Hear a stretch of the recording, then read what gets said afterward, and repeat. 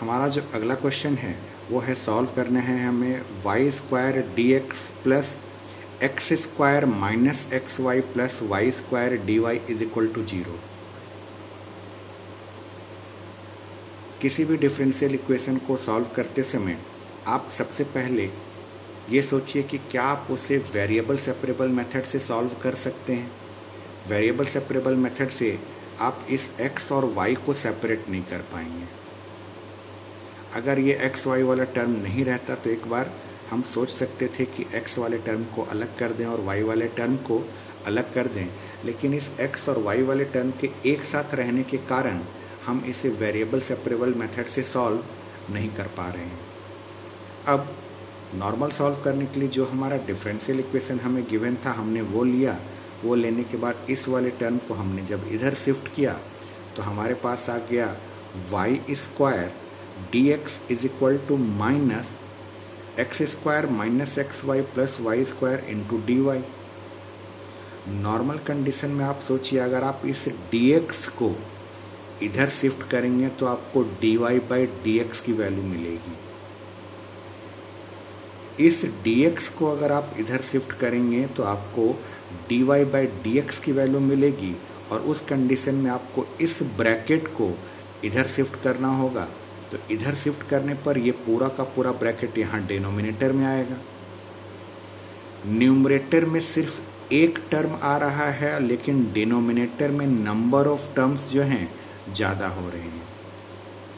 अमूमन होता ऐसा है, जनरली पाया ये जाता है कि हमारा न्यूमरेटर में ज़्यादा टर्म रहे और डिनोमिनेटर में नंबर ऑफ टर्म्स अगर कम हो तो वो हमारे लिए ज़्यादा बेनिफिशियल होता है। यहाँ पर कुछ उल्टा कहानी चल रहा था।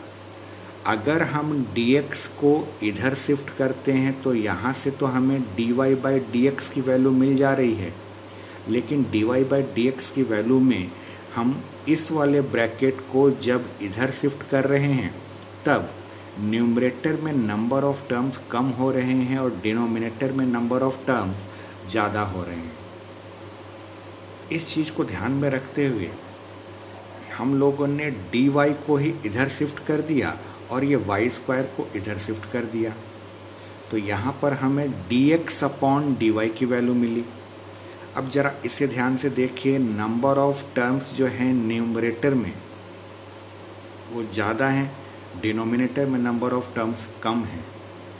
इसे सॉल्व करना ज़्यादा आसान होता है। ऐसे सिचुएशन में क्वेश्चंस को सॉल्व करना ज़्यादा आसान होता है जिसमें नंबर ऑफ टर्म्स न्यूमरेटर में ज़्यादा हो और डिनोमिनेटर में कम हो।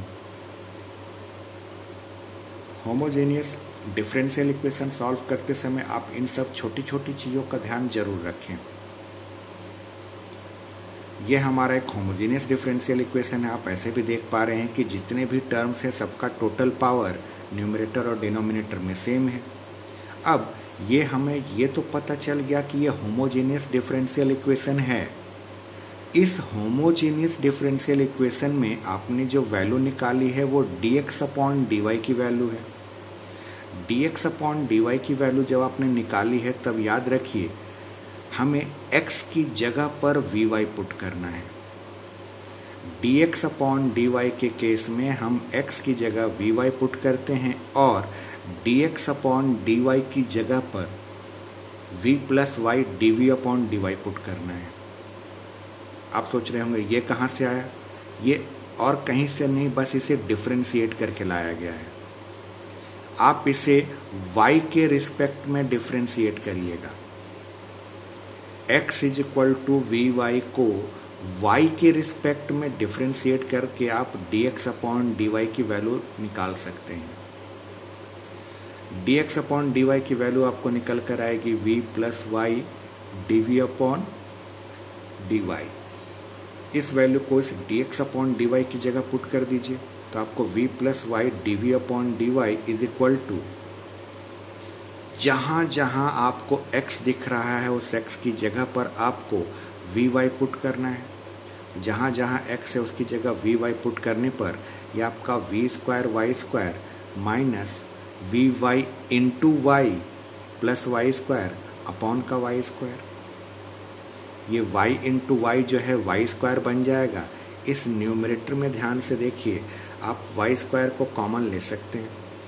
वाई स्क्वायर को कॉमन लेने के बाद इस वाई स्क्वायर से जब ये कैंसिल हो जाएगा और ये जो माइनस का साइन बाहर में है इसे जब आप अंदर मल्टीप्लाई कर देंगे तो वी स्क्वायर प्लस का v और ये माइनस का 1 बनेगा।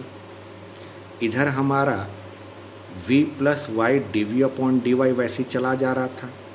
अब इस वाले लाइन में ध्यान से देखिए, यहाँ पर v है, यहाँ पर भी v है। ये दोनों v कैंसिल हो जाएंगे। दोनों v के कैंसिल हो जाने के बाद आपके पास यहाँ y D V upon D Y is equal to ये माइनस का v स्क्वायर और ये माइनस का 1 जो बचा है इसमें से हमने माइनस को कॉमन ले लिया।